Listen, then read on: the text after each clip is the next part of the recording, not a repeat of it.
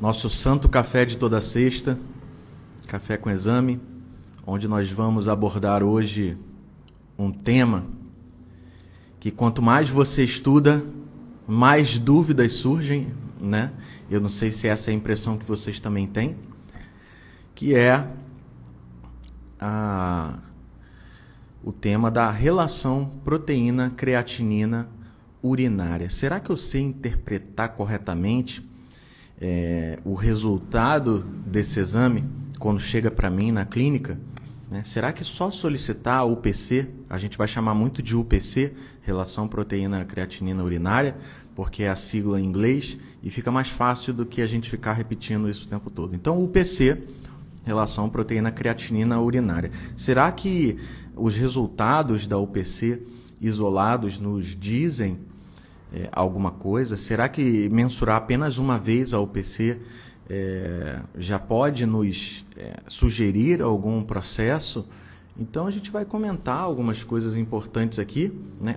É óbvio que quando a gente fala sobre proteinúria, a gente precisaria de mais tempo, obviamente, para conversar, mas o que eu tentei trazer aqui é um pouquinho do filé mignon que nós temos aí em relação à detecção de proteinúria acima do que a gente realmente considera não normal, vamos dizer assim, né? Então, para a gente começar a falar sobre esse exame, né, a gente tem que lembrar por que a gente está solicitando esse exame. Porque muitas vezes a gente acaba ficando no automático, vou pedir relação proteína-creatinina urinária, já que eu vou fazer uma ultrassonografia, já aproveita e coleta material. Interessante esse processo, né? Até porque a gente sabe que na tira de urina a gente tem uma sensibilidade, uma especificidade não tão adequadas para a detecção de proteinúria, mas a gente tem que lembrar por que a gente pede o PC, né? Qual que é o objetivo central da UPC? Não tem mistério. O objetivo central da UPC é detecção de proteinúria, ou seja, presença anormal de proteínas na urina. Por quê? Porque a gente sabe que doenças renais, tanto doenças glomerulares quanto doenças tubulares, elas podem provocar proteinúria, né? Mas nós temos que lembrar que existe a proteinúria fisiológica, que normalmente é transitória, e a patológica. E até mesmo, pessoal, a proteinúria patológica, ela não necessariamente envolve um comprometimento renal. Então, nós temos a proteinúria que é pré-renal, a proteinúria glomerular, que já é renal, a proteinúria tubular, que ainda é renal, e nós temos aquelas proteinúrias que são de causa pós-renal. Então, a primeira dica aqui detectou proteinúria não é sinônimo de doença renal, tá? Primeiro, descartar condições fisiológicas. Segundo, descartar condições não renais, certo? Então, a primeira grande minha missão aqui nessa live é colocar para vocês que a UPC ela é extremamente valiosa no diagnóstico da doença renal crônica, por exemplo, só que ela não é exclusiva de uma doença renal, certo? Então, como eu falei para vocês, primeira condição, diante de um laudo de UPC, né, vamos dizer assim, alterado, né, nós temos que, primeiro, isso pode ser uma condição fisiológica? João, mas quais são as condições fisiológicas que podem levar ao aumento de excreção, né, de proteínas pela urina? Nós temos, como o próprio nome diz, condições fisiológicas que podem provocar o aumento de UPC, como exercício extenuante, convulsões, febre, o estresse pode provocar a proteinúria. Isso tudo ainda é um mecanismo ainda não muito conhecido o porquê disso acontecer, mas parece que há uma vasoconstrição renal transitória, tá bom, gente? Que pode levar ao aumento de proteína na urina. certo? Então, a UPC alterada não sozinha, né, sem contextualização, ainda não te diz muita coisa, certo? Então, qual é o primeiro passo aí? Bom, essa proteinúria, ela é transitória ou ela é persistente? Essa é a primeira pergunta que a gente faz quando a gente tem alteração na UPC. Por quê, pessoal? As proteinúrias transitórias, geralmente elas têm a ver com processos fisiológicos, certo? Agora, a proteinúria persistente, ela já é um pouco mais indicativo de algum processo que está ocorrendo aí por mais de pelo menos 2 semanas. Então, para a definição de proteinúria persistente, é aquela mensuração de UPC que eu obtive alterada, depois de 2 semanas eu fiz de novo o exame e continua alterada. Pela literatura científica, é isso que a gente considera proteinúria persistente. Não é aquela que você faz de um dia para o outro, tá bom? É aquela que você vai mensurar, vai dar UPC alterada, depois de 2 semanas você refaz essa UPC e ela continua alterada. Então, essa é realmente aquela proteinúria persistente. Certo? Então, isso já ajuda a separar o que é uma condição fisiológica, porque a condição fisiológica ela é totalmente transitória. Então, não é para daqui a 2 semanas você pegar o PC alterada novamente, certo? E, pessoal, se eu peço proteinúria, qual que é a minha função na clínica para pedir o PC? Né? Qual que é a minha grande... Deixa eu ver aqui. Peraí. É o professor Raul, Virtual Stable. O professor Raul da Unifacamp? Que legal, cara. Bom dia, pai. Olha, meu pai está na live. É porque eu não sei, por algum motivo a live não está subindo os comentários, né? Então eu tive que dar uma mexidinha aqui nos comentários. Mas enfim, vamos continuar. Para que serve a proteinúria na clínica veterinária de cães e gatos? Primeiro, para diagnóstico de doença renal, né? E eventualmente doenças não renais, que não há envolvimento, mas geralmente quando se pede o PC... o veterinário está interessado em descobrir alterações provocadas pela doença renal, certo? Então, já fica a primeira função do objetivo da UPC, que é o diagnóstico, tá? É o diagnóstico principalmente de doença renal e principalmente de doença renal crônica. E aí, como eu falei de doença renal crônica agora, já anotem aí que proteinúrias persistentes com sedimento inativo. O que é sedimento inativo? Aquela urinálise sem graça, que não vem com nenhum sedimento, aquele sedimento pobre que a gente chama. Então, animais com proteinúria persistente com sedimento pobre, excluindo, obviamente, gente, causas, né, pré-renais e pós-renais, existe uma grande possibilidade disso ser uma doença renal crônica. Tá? Então, atentem para isso. Então, a primeira função da UPC é o diagnóstico. Mas é só o diagnóstico que eu quero quando eu faço relação proteína, creatinina urinária? Não. Tá? Pela íris, nós podemos fazer também o monitoramento desse paciente através da UPC, não só pela UPC, tá bom? Mas é uma das ferramentas que nós utilizamos para subestadiamento da doença renal crônica, tá? E a gente vai falar um pouco sobre o subestadiamento da doença renal crônica em relação à metodologia que nós utilizamos. Bom, qual é a técnica que eu estou utilizando para monitorar esse paciente? Porque não adianta num momento você fazer cistocentese, no outro momento fazer coleta de micção espontânea, porque há diferenças estatísticas entre essas duas coletas, né, em relação ao UPC. E outra coisa, né, é importante saber se você está utilizando o mesmo laboratório para fazer esse monitoramento, porque também há diferenças, segundo a literatura científica, há diferenças estatísticas entre os resultados laboratoriais, né, que podem te colocar num subestadiamento, num estadiamento diferente do que aquele liberado por um outro laboratório. Isso acontece normalmente, tá, gente? Não é porque um laboratório é ruim e o outro é bom, não. Tá? São diferenças estatísticas provocadas pela metodologia, pelo protocolo operacional, enfim, né? Existem pequenas diferenças que podem alterar aí o estadiamento da doença renal crônica quando você se utiliza da UPC.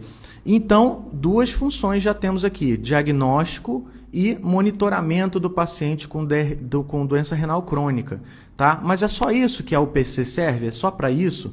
Não, nós temos uma terceira função, que é justamente o prognóstico desse animal. A gente vai ver que depender da faixa que nós temos de valor de UPC, nós temos aí um prognóstico mais favorável e um prognóstico desfavorável, e a gente vai comentar sobre uns pontos tanto em cães quanto em gatos, né? Porque existem algumas conclusões contraintuitivas que nós temos, principalmente quando a gente fala de gato. O gato já é anormal por si só, e quando a gente pensa em intuição, o gato vai lá e dá uma quebrada no nosso raciocínio investigativo. Então, são essas, pessoal, as 3 grandes funções da UPC na avaliação da doença renal, tá? É o diagnóstico, o monitoramento e o prognóstico.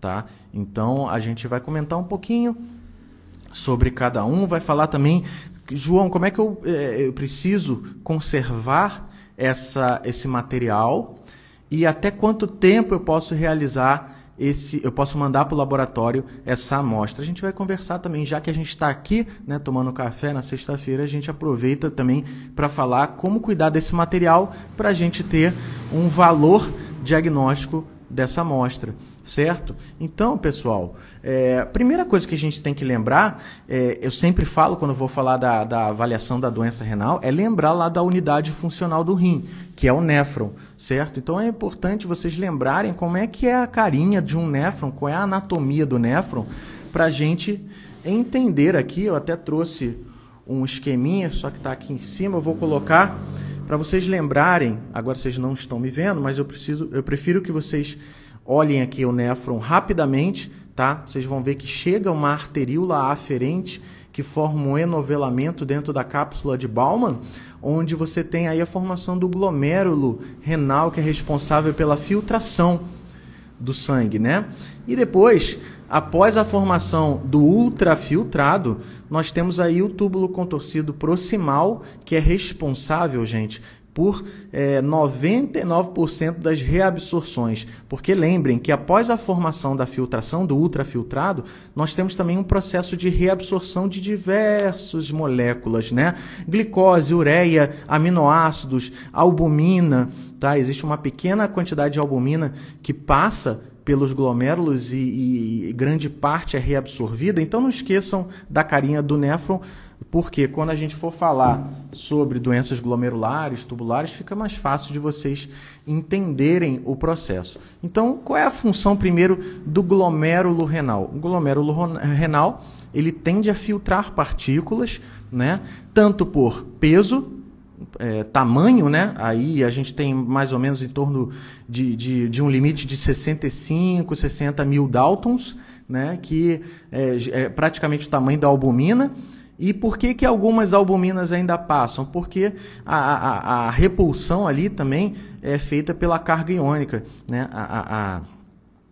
Nós temos ali uma carga negativa no glomérulo, e lembrando que a albumina é uma proteína negativa, de carga negativa. Então, essa igualdade de íons, né, acaba repelindo, por força iônica mesmo, repelindo a albumina. Então, a albumina, se fosse só pelo tamanho, ela até passaria, né, pelo glomérulo, mas existe aí uma filtração também por carga iônica, tá? E, obviamente, pela pressão. Quanto maior a pressão dentro do glomérulo, maior a chance que você tem de extravasar proteína para a urina, e não é à toa que em processos de hipertensão glomerular e hipertensão sistêmica, nós temos o extravasamento de proteína, portanto, proteinúria. Tá? Então, é muito normal você ter um paciente hipertenso que esteja produzindo proteinúria, justamente porque você aumenta a pressão intraglomerular e isso acaba provocando mais saída de albumina para a urina.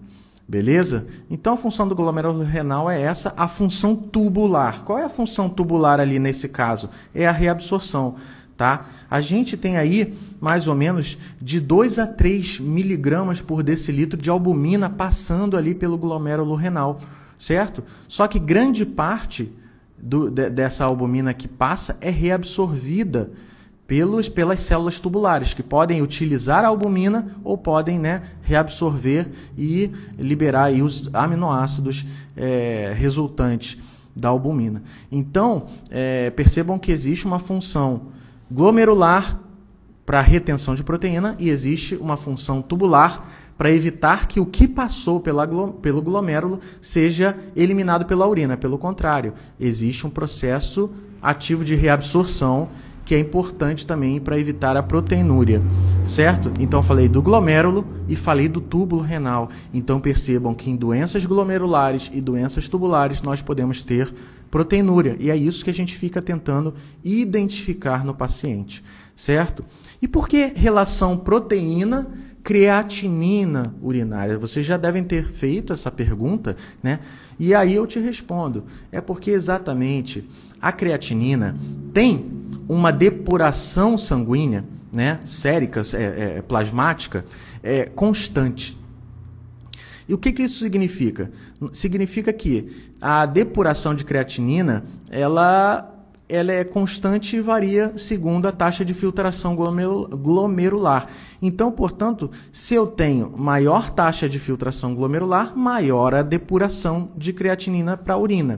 Se eu tenho uma diminuição da depuração da taxa de filtração glomerular, eu tenho menor depuração de creatinina.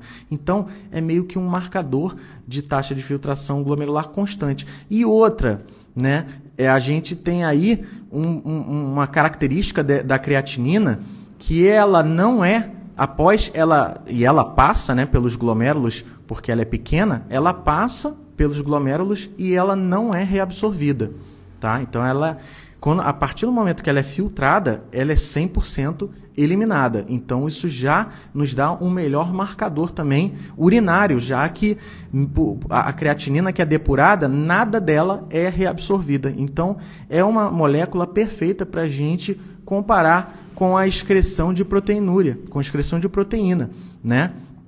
Então, percebam que quando você tem, né, uma creatinina que tem depuração constante e ela é menor do que a proteína, né, ela é um marcador, e por não sofrer reabsorção, né, ela é um marcador perfeito para a gente fazer uma comparação entre a excreção de proteína que eu estou vendo e essa quantidade de creatinina. Porque se eu dosasse só a proteína, eu estava suscetível à taxa de filtração glomerular.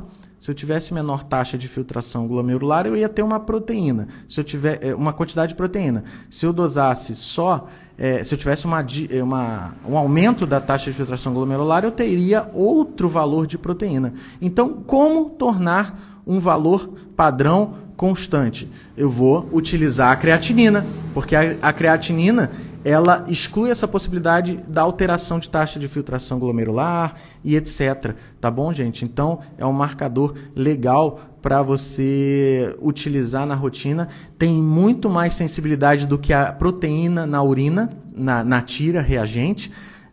A tira reagente ela tem uma detecção de proteinúria lá, começando por 30 miligramas por decilitro. Mas muitos casos, pessoal, você tem uma proteinúria. Tá? E lembrando, o normal de proteinúria é 1 miligrama por decilitro. A tira de urina só vai detectar quando eu tiver 30 miligramas por decilitro. Então, tem uma janela aí que não é detectável na tira de urina. Então, a tira de urina ela tem baixa sensibilidade, ela é mais sensível à albumina e tem baixa especificidade também. E outra coisa, ela varia conforme a densidade urinária. Percebam, eu tenho 2 animais, um com uma urina concentrada e um com uma urina diluída, tá? Os dois apresentam um traço de proteína. Eu tenho que considerar que são 2 situações completamente diferentes, né? Onde eu tenho um traço de proteína com uma urina concentrada, eu vejo como uma proteinúria menor do que aquela com uma urina diluída, já que eu tenho uma urina diluída e ainda assim eu tenho uma cruz de proteína. Então, a proteinúria da tira, ela tem baixa sensibilidade, depende da densidade urinária e, portanto, ela não é um parâmetro muito confiável para a gente ficar utilizando, para ficar mensurando proteína, assim, por uma questão diagnóstica, de monitoramento e prognóstica. Certo, pessoal? Mas qual seria o melhor teste para avaliar excreção de proteína? Seria o teste de excreção em 24 horas. Qual é o problema de fazer um teste de excreção de proteína em 24 horas? A dificuldade que é fazer isso, tá?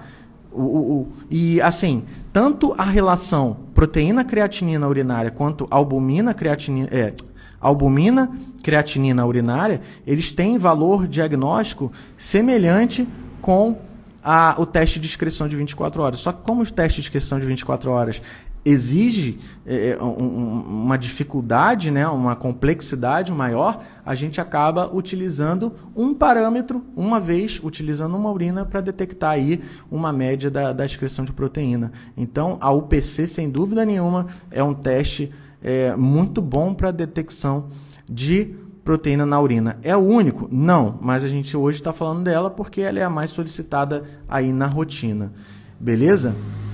Bom, e como a gente falou, significado diagnóstico. Vocês sabem lá que pela IRIS, né, Sociedade Internacional de Interesse Renal, a gente tem valores de referência para a relação proteína-creatinina urinária, onde em cães e gatos até 0,2 é normal, né, não proteinúrico, de 0,2 a 0,4 para gato e de 0,2 a 0,5 para cão é aquele borderline onde você tem que investigar melhor o paciente, principalmente o paciente felino, e aqueles valores acima de 0,4 para gato e acima de 0,5 para cão, que são estados de proteinúria. Tá bom? Mas o que a gente faz aí em relação, alguma consideração em relação a esses valores de referência? Olha só, nós temos algumas particularidades, certo? E outra coisa, até animais com uma proteinúria leve, principalmente quando a gente está falando de gato, podem ter um prognóstico, uma taxa de mortalidade maior.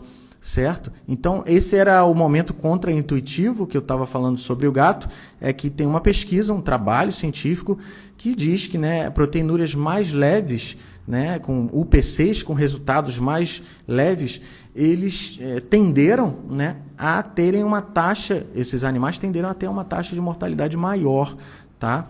Então, lógico que isso é uma exceção, quanto maior a proteinúria, pior o prognóstico do paciente, até porque a proteína não se sabe exatamente, tá? Existe ainda uma dúvida dentro da comunidade científica se a proteína realmente vai agravando o estado do paciente ou não, mas trabalhos já dizem, associam, por exemplo, um paciente que é proteinúrico, a chance, quanto maior a proteinúria desse paciente, maior a chance dele desenvolver, num período menor, a azotemia. Então, existem várias correlações entre a quantidade de proteína na urina e o prognóstico desse paciente, né? Só que, vamos voltar aqui rapidinho, né? Proteinúria fisiológica, que é aquela transitória, é aquela provocada, né, por exercício extenuante, febre, choque, o que mais? Teríamos aí também, vamos ver, exercício, eu já falei, choque, febre, enfim, né? Esses processos que provocam aí vasoconstrição renal, portanto uma isquemiazinha, e isso provavelmente está ligado ao processo de extravasamento de proteínas, né? E aí, descartamos proteinúria fisiológica? Sim. Como é que eu posso descartar? Fazendo o teste da proteinúria persistente, que é aquele teste que eu faço UPC agora e uma UPC daqui a 2 semanas, certo? As proteinúrias transitórias não tendem a ficar durante 2 semanas, certo? E aí, quando a proteinúria é patológica, a gente também tem que fazer uma divisão. Ela é renal ou ela é não renal? Isso é importante falar. Tá bom? Por quê? Se eu estou investigando o rim, eu tenho que considerar que outras doenças podem provocar proteinúria. Tá? Quais são as proteinúrias que a gente pode encontrar? A proteinúria pré-renal. O que pode provocar aí, patologicamente, uma proteinúria pré-renal? Bom, nós temos aí condições de hipertensão, né? Ou a hipertensão glomerular ou a hipertensão sistêmica.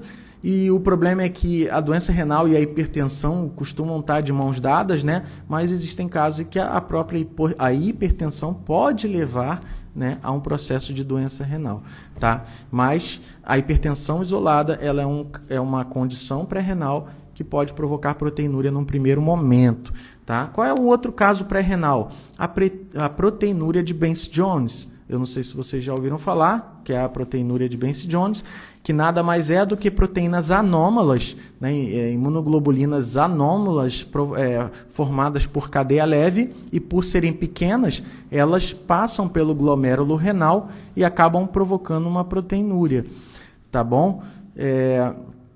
E aí, o que a gente percebe? Na proteinúria de Benz-Jones, nós temos, então, um excesso de imunoglobulinas produzidas por quem? Pelos plasmócitos neoplásicos que estão na medula óssea, o que a gente chama de mieloma múltiplo. No mieloma múltiplo, há a proliferação desordenada de plasmócitos, onde vai haver aí proteínas anômalas formadas por essas neoplasias, que são imunoglobulinas só de cadeia leve, né? E aí, por ser uma proteína pequena de cadeia leve, ela vai, além de provocar hiperproteinemia, vai provocar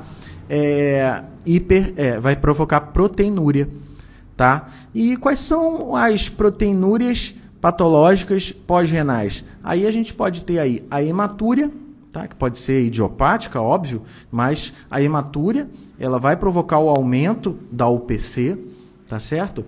Os processos inflamatórios do trato urinário e genital, tá? Que nós podemos aí ter a exudação de proteínas durante o processo inflamatório, onde nós podemos aí aumentar a UPC. Por isso que é sempre importante você descartar essas possibilidades quando você vai dosar o UPC. Esse animal tem hematúria, esse animal tem piúria ou leucocitúria, porque isso tudo pode influenciar no resultado. Tá? Então, como é que eu diferencio isso aí? Eu tenho que olhar o contexto, a clínica do animal, os outros exames laboratoriais, o resto, né, da urinálise, né, porque a gente tem que comparar. Eu vou ver hematúria, eu vou ver leucócito. Aí, se eu tiver realmente um processo inflamatório da bexiga, por exemplo, eu vou ter o aumento de células epiteliais de transição. Então, a gente tem pela urinálise também a oportunidade de visualizar, né, a sedimentoscopia e visualizar, olha só, tem cilindro, né? Esse cilindro, ele é hialino, é um cilindro granuloso ou epitelial, é um cilindro sério. Isso tudo pode nos dizer também em relação à localização da região que está provocando a proteinúria, tá? Por exemplo, em doenças glomerulares, nós temos aí, né, pela própria alteração da capacidade de filtração, nós temos uma proteinúria glomerular, que aí pode ser causada pela questão da lesão glomerular, pelo depósito de imunocomplexos provocados por doenças infecciosas, amiloidose, enfim, nós temos processos aí que podem lesar o glomérulo e, portanto, provocar o excesso de proteína na urina. E aí, nesse caso de proteína glomerular, já puxando um pouquinho da urinálise, nós temos aí a possibilidade de aumento de presença de cilindros hialinos, certo? Agora, se eu já tenho uma lesão tubular, e aí a gente tem algumas moléculas tóxicas para o túbulo, e aí eu chamo a atenção para a hemoglobina e para a mioglobina, que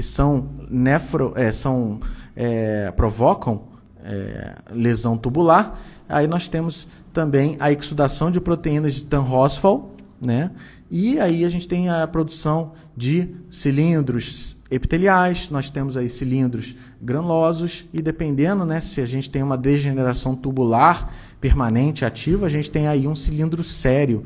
Então, é óbvio que a UPC tem que ser correlacionada com achados da urinálise, o que a gente está vendo no hemograma, os achados de ultrassonografia e achados também clínicos e histórico desse animal, qual é a idade desse animal. Tem trabalho que fala que gatos acima de 14 anos têm 58% de chance de desenvolver doença renal. Né? A gente sabe aquela tabelinha, né? 1 a cada 3 cães... como é que é? 1 a cada 5 cães vão desenvolver doença renal durante a sua vida. 1 a cada 3 gatos vai desenvolver doença renal ao longo da vida. Mas conforme a idade vai avançando, você tem aí, por exemplo, no gato, essa diferença quando a gente fala de idade. Acima de 14 anos, ele tem mais de 50% de chance de ter uma doença renal. Né? Olha só a importância também da identificação da idade do animal, correlacionar aquele indivíduo com o status dele diante de uma predisposição à doença renal. Tá, pessoal? E aí eu aproveito, já que estamos aqui, a falar dos cuidados da amostra, né? Qual material eu utilizo? Ah, João, eu tenho que sempre coletar por cistocentese? O ideal é que seja coletado por cistocentese, tá? Mas o mais importante é que se você no primeiro momento coletou por cistocentese, no segundo momento, para fazer uma equiparação, né, você tem que utilizar o mesmo método de coleta, senão vai haver divergência no teu resultado e, portanto, o raciocínio vai ficar um pouco deturpado. Né? Então, se, por exemplo, né, você está monitorando o paciente com a coleta de urina em casa, o proprietário faz por micção espontânea, você tem lá o material e você faz a proteína, a UPC, se você está monitorando esse animal com doença renal crônica. Você tem que continuar utilizando esse método de coleta, porque existem trabalhos que fazem essa correlação entre a urina utilizada para UPC coletada pelo proprietário em casa e a urina utilizada coletada por cistocentese. E assim, elas apresentam uma significância clínica interessante. Porém, o que o trabalho sugere é que se você coletou, se você está monitorando por micção espontânea, você continue monitorando por micção espontânea, senão vai deturpar o teu acompanhamento e, inclusive, vai colocar o teu paciente em estadiamentos diferentes. Se você ficar fazendo ora cistocentese, ora micção espontânea, existe uma diferença e aí a gente precisa levar isso em consideração, tá bom? Então, a coleta você vai padronizar, você vai monitorar quando você tem a padronização do método, que é a cistocentese, e também é importante, pessoal, a padronização do laboratório. Pode haver um pouco de discrepância entre os resultados de laboratório. Então, você tem que seguir um laboratório e ir monitorando a partir desse laboratório, tá bom? Isso é o que a literatura preconiza, tá? Toda essa live está embasada em literatura científica, não é uma opinião pessoal. Beleza, pessoal? E o armazenamento, né? Ah, João, poxa, eu quero fazer mais o PC, quero utilizar mais para diagnosticar, para melhorar a qualidade do meu atendimento. O que eu faço, né? Bom, o armazenamento da urina. Olha só, não estou falando para urinálise. Para urinálise o buraco é mais embaixo. Mas para UPC isolada, você pode utilizar temperatura ambiente. Você tem que utilizar em até um dia esse material. E o que a gente preconiza, que é a refrigeração, você refrigera e pode manter essa amostra viável com resultados de UPC significativos por 7 dias. Tá? Ah, mas eu posso congelar o sobrenadante? Pode, mas não é o que a gente utiliza aí na nossa rotina. Geralmente coleta a urina e refrigera, né? Porque para refrigerar e ter aí uma viabilidade de 2 a 3 meses, você precisa congelar a -20. Não é todo mundo que tem um freezer, né, que vá até -20. Então eu nem coloco essa possibilidade nem para os meus clientes, porque é inviável e pode gerar confusão, né? Porque a pessoa pega, coloca no congelador da geladeira e acha que aquilo ali é um congelamento de -20, o que não é verdade, tá? Então, o que eu sempre preconizo é a urina refrigerada, tá? Ah, mas qual é o melhor método então?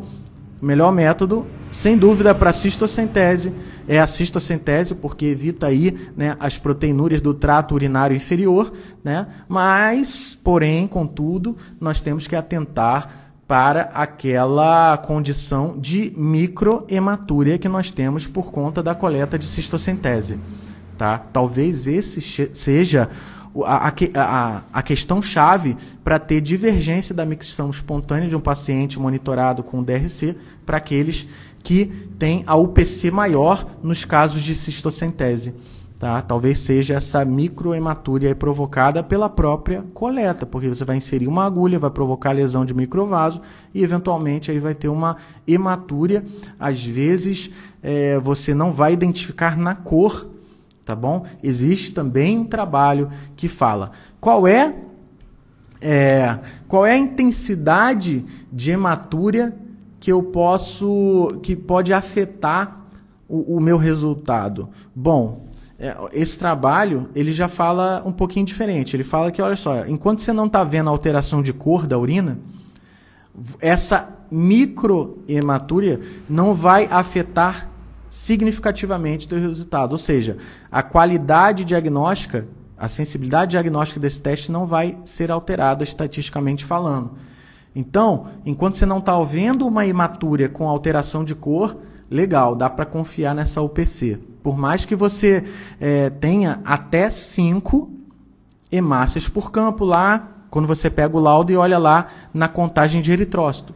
Tá? Então, até 5 por campo, eritrócito por campo no aumento de 400 vezes, você ainda pode confiar na UPC.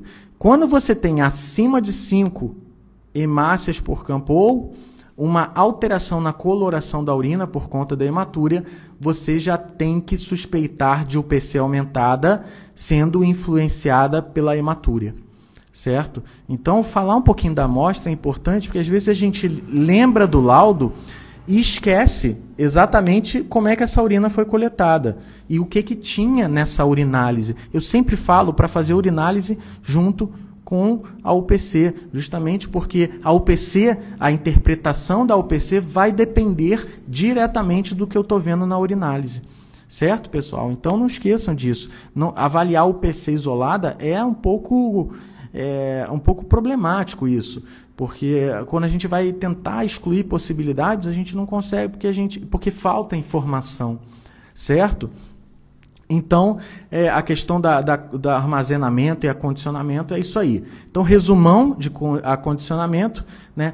A gente faz cistocentese é o mais indicado, apesar de haver uma microhematúria. A gente preconiza a refrigeração e essa amostra pode ser utilizada em até 7 dias. Ah, esqueci de mandar para a UPC, o laboratório, esqueci de enviar ontem para o laboratório. Eu posso mandar hoje para a UPC? Pode, mas para a urinálise já está comprometida essa amostra.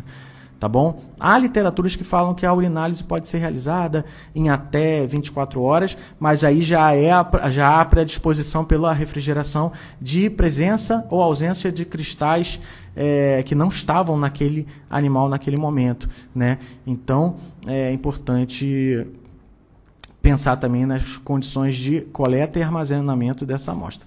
Bom, falamos sobre o valor diagnóstico, o valor, né, de monitoramento, de subestadiamento. Falamos também sobre a questão de coleta, como preconiza a literatura de não exatamente ficar alterando o método de coleta, porque isso pode influenciar até no subestadiamento da DRC, beleza? Se você começou com uma, segue com uma. E isso eu estou falando de animais já diagnosticados com DRC. Tá bom, pessoal? Então, qual é o valor prognóstico aí? A gente sabe que, via de regra, a proteinúria está muito ligada à piora e o agravamento da doença renal nos pacientes. Tá bom? Então, os trabalhos, né, reunindo uma literatura científica recente, e diversas literaturas, na verdade, eu tive cuidado de selecionar porque esses trabalhos, eles cada vez mais eles estão se atualizando e às vezes refazendo conclusões. Tá? É só vocês olharem no site da IRIS, onde vocês vão ver que às vezes tem uma reformulação de algum conceito, uma revisão da literatura deles mesmo, tá? Porque as pesquisas vão continuando e às vezes as conclusões elas precisam ser atualizadas, tá bom? Então, em questão de valor prognóstico, nós temos aí algumas considerações. Por exemplo, em trabalhos, eles falam que gatos não azotêmicos proteinúricos desenvolveram azotemia dentro de 12 meses. Tá? Então, quando você tem um gato com UPC aumentada e ainda você não tem o aumento de ureia e creatinina, se você pegar num primeiro momento, se você faz o monitoramento desse paciente, o que é altamente recomendado, principalmente para gato, você começa a ver que a proteinúria persistente, ela começa a te dizer assim, olha, é possível que aqui nós estejamos diante do começo de uma doença renal. Tá? Então vamos monitorar esse paciente, porque se for uma doença renal mesmo, esse animal vai desenvolver uma azotemia dentro de 1 ano. Tá? E lembrando que gato pode ter uma perda de função renal que pode evoluir com o passar dos anos. Tá? Não é tão agravante quanto, tão intensa quanto no cão. O cão já tem uma propriedade, uma característica de desenvolver a doença renal crônica com um período menor, um período mais curto.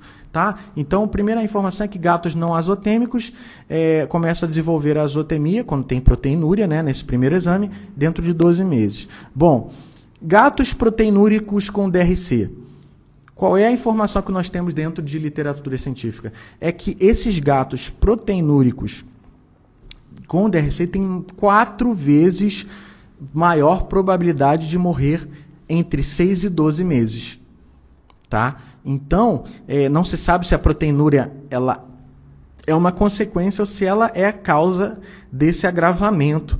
Tá? Então, é importante vocês saberem que vocês pegaram um animal com DRC, ele está apresentando proteinúria, ele tem 4 vezes maior probabilidade de morrer aos 6 e 12 meses. Isso é um trabalho, tá bom? E quando essa relação proteína-creatinina estiver acima de 1, lembrando, pessoal, gato acima de 0,4 já é proteinúrico. Quando esse animal está acima de 1, essa taxa de risco vai para 6 vezes. Olha qual é o valor diagnóstico também da UPC. Tá certo, pessoal?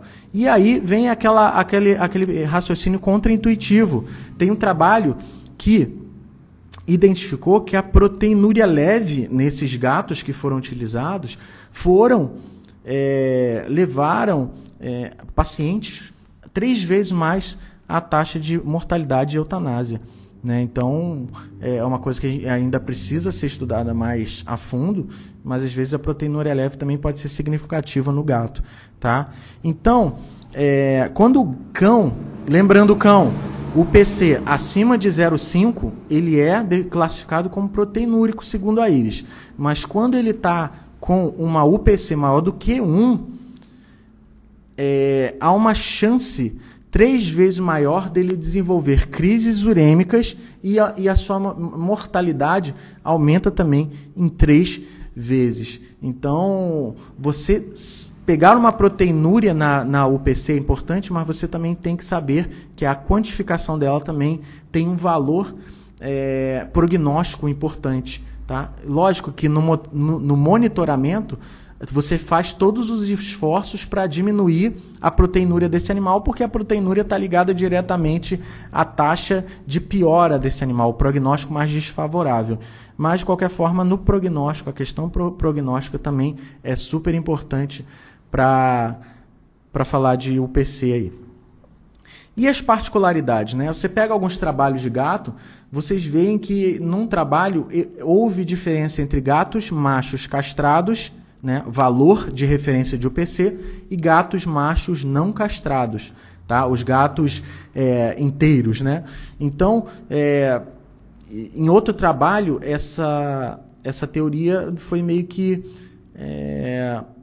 jogada de canto, vamos dizer assim. Mas existe um trabalho que fala que a UPC de gatos machos não castrados é maior do que a dos castrados. Tá? Isso se deve a uma proteína chamada calcina, que é produzida pelos gatos não castrados e que perde, né, essa liberação aí por conta da castração. Beleza? Lembrando que gatos podem desenvolver proteinúria na DRC, na hipertensão sistêmica, no hipertireoidismo, pela tireotoxicose e pela DTUIF também.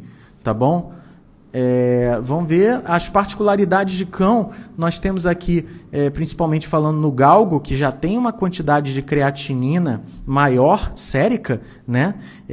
Se a gente for comparar com outros cães, a creatinina do cão galgo, que é não corredor, tá bom? Porque os corredores tendem a ter mais creatinina mesmo, mas os não corredores têm até 22% mais de creatinina sérica. Tá, plasmática, certo? E aí foi estabelecido para esses galgos, whippets não corredores, um valor específico de UPC. Lembra que para cão até 0,2 normal, não proteinúrico, de 0,2 a 0,5 borderline e acima de 0,5 proteinúrico. Para o galgo isso muda. De 0 a 0,23 é não proteinúrico, de 0,23 a 0,42 é o borderline e acima de 0,42 ele é considerado proteinúrico. Porque quando você tem mais creatinina liberada normalmente, você acaba diminuindo a relação proteína-creatinina urinária. Porque se eu estou aumentando a relação proteína-creatinina, se eu estou aumentando a creatinina, eu tendo a diminuir, né, inversamente proporcional ao UPC.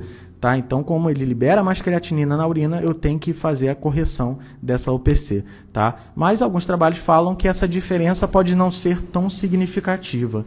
Beleza, pessoal? Então, como eu estava falando de UPC, é bom falar sobre as particularidades também. Beleza? Então, para fechar, pessoal, quais são as principais considerações que eu separei aqui para vocês, como um resumão, né? Primeiro, a UPC sozinha normalmente não diferencia causas de proteinúria. Nem as proteinúrias fisiológicas, tá? A não ser que você faça a determinação da proteinúria persistente, que é aquela que você mede no intervalo de 2 semanas, e as duas têm que positivar, beleza? E não vai também diferenciar a proteinúria patológica de renal e não renal. Tá? Isso aí eu tenho que contextualizar com a urinálise, com os achados laboratoriais, com os achados clínicos. Tá? Então, considerar aquelas proteinúrias pré-renais, renais, e aí dentro da renal eu posso ter proteinúria glomerular e tubular, e aí eu tenho que correlacionar com os outros achados da urinálise, né, com o histórico do animal. Enfim, doenças infecciosas tendem a provocar mais glomerulonefrite por deposição de imunocomplexos. Já substâncias tóxicas, como a hemoglobina livre, a mioglobina livre e outras substâncias, tendem a provocar mais lesão tubular. E isso vai levar a uma doença renal, uma injúria renal aguda, que pode ser uma doença renal crônica futuramente, tá? Porque ela pode ser reversível. Tá? Então, considerar outros achados da urinálise. Existe uma outra tentativa de tentar identificar qual é o local de injúria ali renal, que é o seguinte. Primeiro, se descartou pré e pós-renal? Descartei, João. Então, beleza, a proteinúria é renal. Agora, ela é proteína renal glomerular ou tubular? Então, pessoal, olha só, de 0,4 para gato e 0,5 para cão até 2, nós podemos considerar lesão glomerular ou origem tubular, beleza? Agora, UP6, tanto para cão quanto para gato, acima de 2, a gente já pode pensar em doença glomerular, porque ela é que vai provocar mais proteinúria, tá? E lembrando, proteinúrias glomerulares podem cursar com hipoproteinemia, tá? Porque a proteinúria glomerular nada mais é do que as proteínas que estavam no plasma e acabaram extravasando para a urina.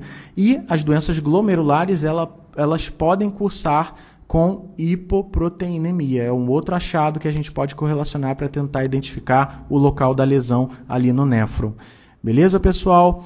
Bom, proteinúria com sedimento inativo. tá? Se eu tenho uma proteinúria com sedimento inativo, eu tenho que suspeitar de DRC sim, tá? Lógico, descartando aí, né, condições pré-renais, tá? Mas de qualquer forma, quando você viu proteinúria e não tem sedimentoscopia nessa amostra, não tem sedimento nessa amostra, tem que ficar atento, porque na doença renal crônica, geralmente, a lesão já ocorreu e o que você vai ter é um sedimento pobre, sedimento inativo. Beleza? Outras questões, né? A UPC ela é boa, mas ela pode falhar em algumas proteinúrias. Por exemplo, na literatura científica, ela diz que em casos de proteinúrias provocadas por osteosarcoma e linfoma, essa UPC dá normal, tá? Mas se tu fizer a microalbuminúria, que detecta pequenas quantidades, pequenas frações de albumina na urina, ela pode positivar. Então pode haver alguns casos de falso negativo, para UPC, beleza? Cuidado com o estadiamento, tá? Padronizem a técnica. Se vocês quiserem acompanhar um paciente, anotem qual foi o método de coleta, porque não adianta no primeiro momento você fazer a cistocentese e depois monitorar com a micção espontânea, tá? Então padronizem o método de coleta, padronizem para qual laboratório vocês estão enviando essa amostra, porque aí a tua correlação com o estado do paciente é mais fidedigna, certo? O prognóstico, cuidado que o prognóstico é importante, né? Quando você tem noção de que você tem maior probabilidade de taxa de mortalidade, enfim, a depender da quantificação da proteinúria, da UPC, né? Então, cuidado que, como eu falei no começo, a função da UPC é diagnóstico, monitoramento e prognóstico também. Beleza? Cuidado com as particularidades desses pacientes que eu falei anteriormente e aqui a literatura diz que todo esforço é voltado para a diminuição da proteinúria diante de um caso de doença renal, porque a proteinúria está relacionada à evolução do caso, assim como a diminuição da proteinúria tem provocado melhor prognóstico, maior sobrevida para os pacientes. Beleza, pessoal? Então, acho que eu consegui, né, atingir meu objetivo aqui, que era falar sobre a UPC como uma propriedade um pouco mais ampla, né, e para que o clínico, né, possa melhorar o seu atendimento solicitando mais UPC, relação proteína-creatinina urinária na sua rotina, né, diante dessas informações. Lembrando que essa live fica gravada, depois ela fica também no YouTube, para que vocês possam acessar o material novamente, anotar se for o caso, tá? Porque existem algumas particularidades ali que é bom você ter em mente na hora que chega o laudo e você quer pensar, né, fazer o raciocínio investigativo diante daquele caso. Então, agradeço pela presença de vocês.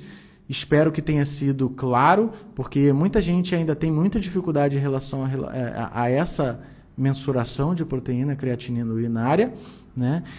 Minha ex-aluna Adriele foi a que levantou